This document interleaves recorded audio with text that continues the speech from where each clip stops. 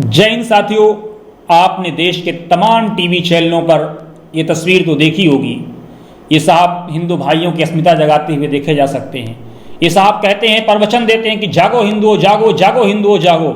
लेकिन आज जब देश को इनकी ज़रूरत है, संकट की इस घड़ी में क्यों ज़रूरत है? क्योंकि साहब पेशे से डॉक्टर हैं। देश के तकरीबन तमाम डॉक्टर अपने आप को खतरे में रखकर देश की सेवा कर रहे हैं, देशवासियों की सेवा कर रहे हैं, ताकि देश के भविष्य को, देशवासियों को सिक्योर किया जा सके।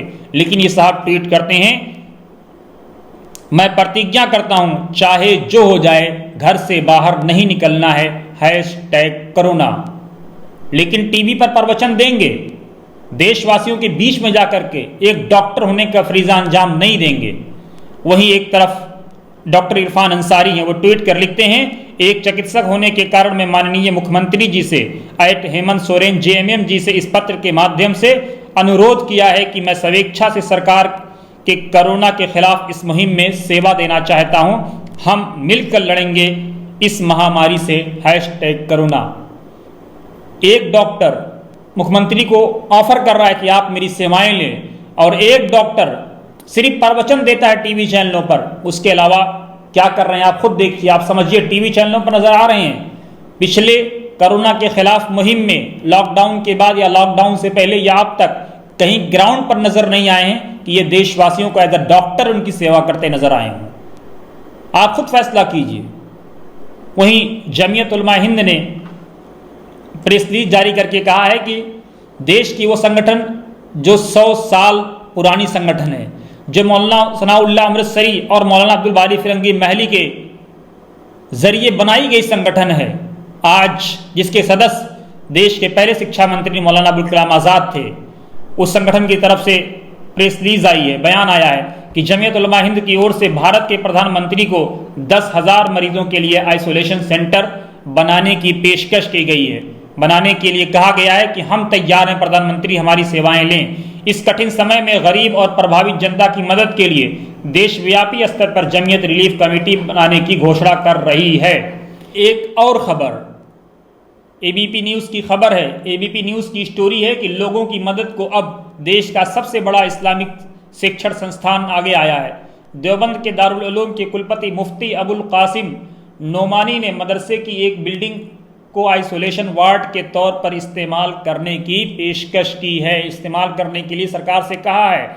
मुख्यमंत्री योगी आदित्यनाथ को लेटर लिखा है। सलमान खान ने 25,000 मजदूरों का बैंक अकाउंट मांगा है ताकि उनके खाते में डायरेक्ट वो पैसा भेज सकें। IT सेल क्या प्रमोट कर रहा है कि शाहरुख खान ने पैसे नहीं दिए, शाहरुख खान ने पाकिस्तान की मदद की। शाहरुख खान ने 2 मैसेज डाले, एक मैसेज दुबई के लिए ब्रांड एम्बेसडर होने के नाते, दूसरा मैसेज हिंदुस्तानियों के लिए, हम भारतीयों के लिए। IT सेल क्या प्रमोट कर रहा है, किस चीज़ का प्रचार कर रहा है कि शाहरुख खान को दुबई के लोगों से मोहब्बत है, शाहरुख खान को पाकिस्तान के लोगों से मोहब्बत है। शर्म नहीं आती इन IT सेल के लोगों को इस तरह की झूठी अफवाह और बकवास खबरें फैलाने से।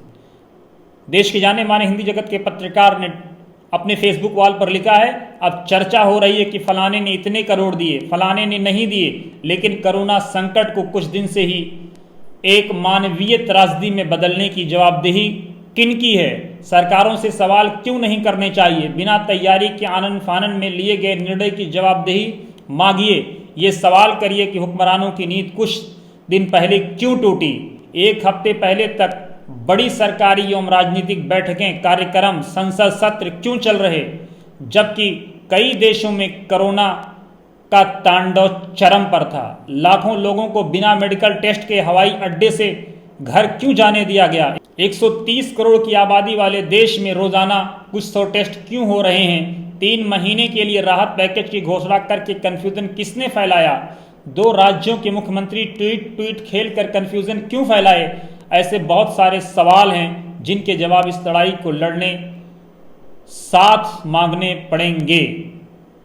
आप सोचिए। एक और खबर देखिए, बुलंदशहर में रविशंकर की मौत हो गई। कोरोना के डर से कोई कंधा देने को तैयार नहीं है, लेकिन वहां के मकामी मुसलमान, रीजनल मुस्लिम्स आगे आए और उन्होंने भारत की गंगा जमुनी तहजीब को बचाने के लिए, जो गांधी के भारत की संस्कृति थी, जो मौलाना अबुल कलाम आज़ाद के भारत की संस्कृति, जो पंडित जवाहरलाल नेहरू के भारत की संस्कृति, जो सरदार पटेल के भारत की संस्कृति, उसको बचाने के लिए आगे आए और उन्होंने अपने हिंदू भाई को कंधा दे करके भारत की गंगा जमुनी तहजीब को, भारत की सभ्यता को जिंदा किया।